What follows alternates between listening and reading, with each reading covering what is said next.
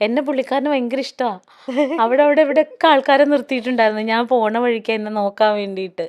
ഇപ്പോഴും ഭയങ്കര വിഷമിച്ചിരുന്ന എന്തെങ്കിലും ഒരു സന്തോഷിക്കാനുള്ള എന്തെങ്കിലും ഒരു സംഭവം എനിക്ക് ഇട്ട് തരും. ദൈവത്തിന് ഇഷ്ടല്ല മഞ്ജു അധിക സമയം വിഷമിച്ചിരിക്കണേ. അല്ല, ഇത് ആളുകൾ എങ്ങനെ എടുക്കുമെന്നറിയില്ല. പക്ഷെ എനിക്കത് ഫീൽ ചെയ്തിട്ടുണ്ട്.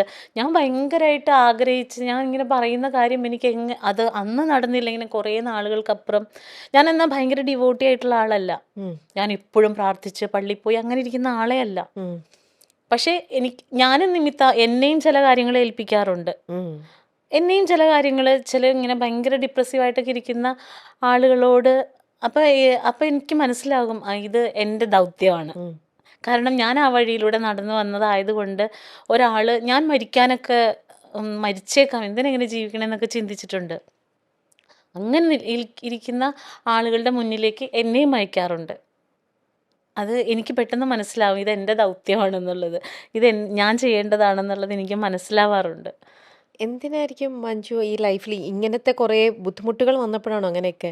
എടാ, ശരിക്കും പറഞ്ഞാൽ ഒരു 2005 വരെ ഞാൻ ഭയങ്കര ഹാപ്പി ആയിരുന്നു.